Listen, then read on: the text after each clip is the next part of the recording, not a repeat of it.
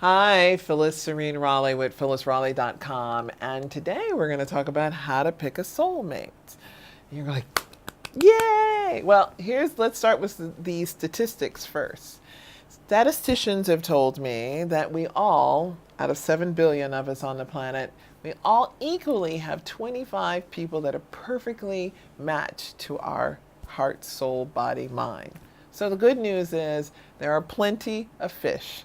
And unless you've already had your 25, you trust me, you got some more to fall in love with and have a perfectly good relationship with. So relax.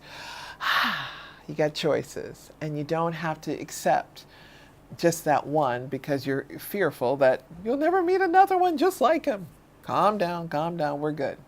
So the area I want to share with you that's probably most important in picking out a soulmate is using these 5 intelligence systems of the body: spiritual, intellectual, emotional, instinctual, and sexual.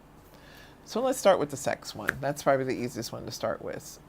We all have chemistry, and sexual chemistry is probably the most important energy that we have as a species. It's going to be that attraction. Men have it. When they have it, they will pursue a female, or female to female, male to male. It doesn't matter. When the assertive person goes after, is turned on, they pursue, right?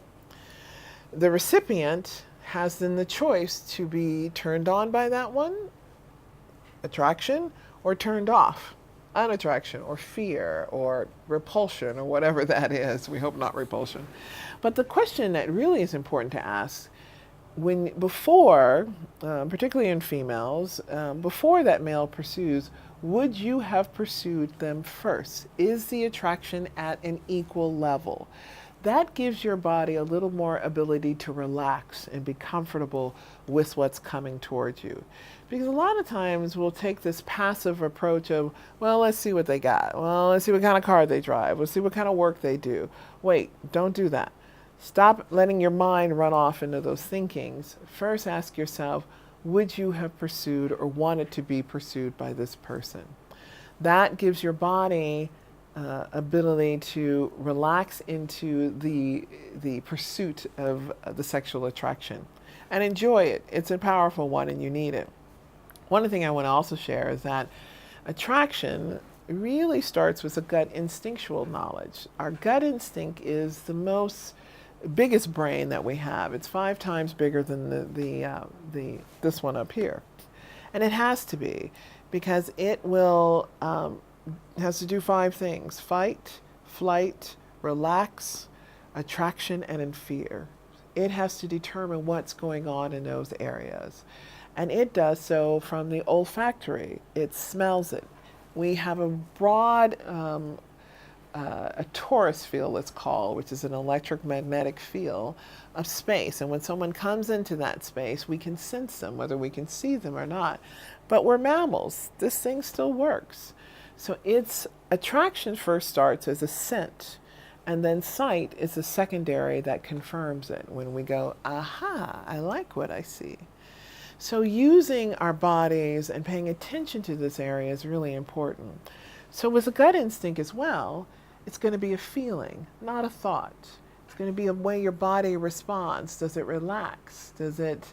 And body posture is always the biggest clue for that. And I also say, ladies, men have better gut instinct than we do.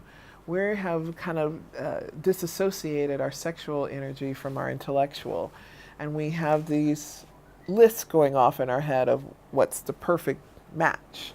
And we're not listening to our body. And our body may be quite turned on, but we're not trusting it because we're in our heads.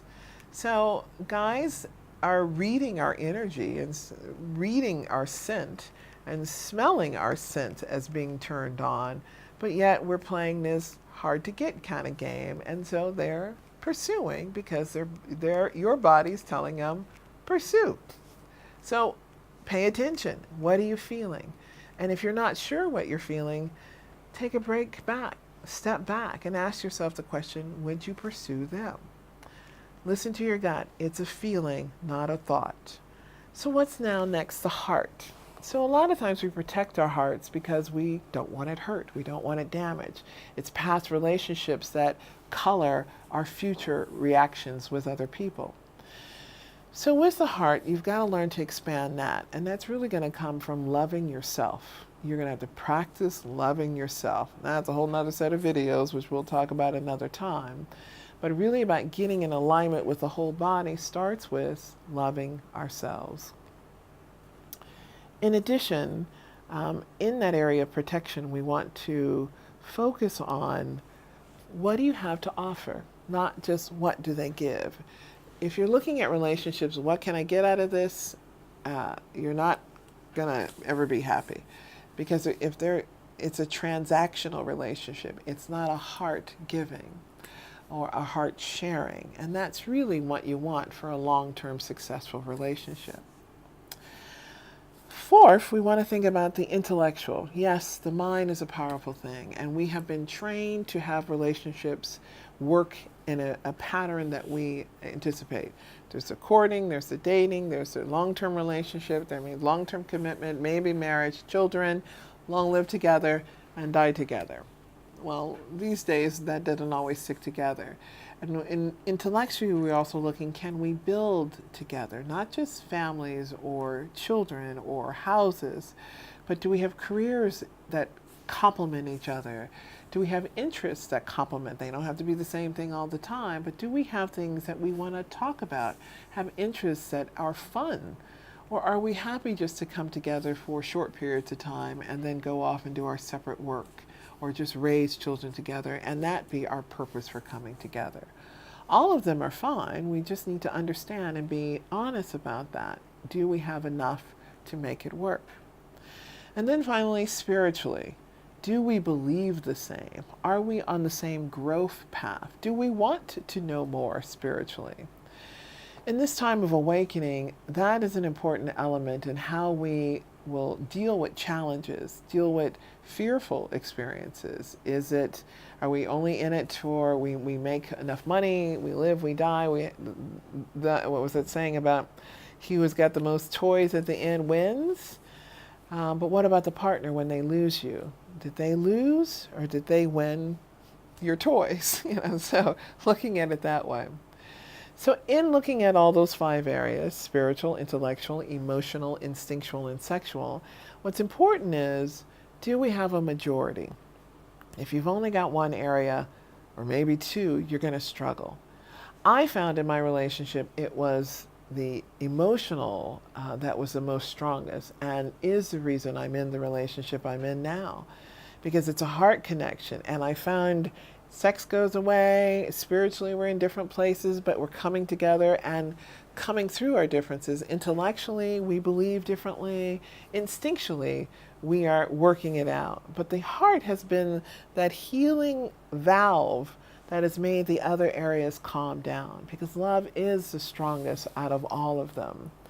And I would recommend, if you can develop heart space with someone, you got a really good shot of making this work long time. But it's still a work, and you can't ignore one because it'll bite you in the ass if you do. So keep that in mind as you're working through your relationships. Ask your partner, ask yourself, where are we? Do we have all 5? What do we need to work on? So yes, soulmates, you can have them, and more than one. But remember, they are work, and the prime directive of relationships are to come together to grow individually. And so they're there to help you rub off those rough edges. So use the soulmates in your life for the time that you have them, appreciate them, and let them be the tools to help you grow.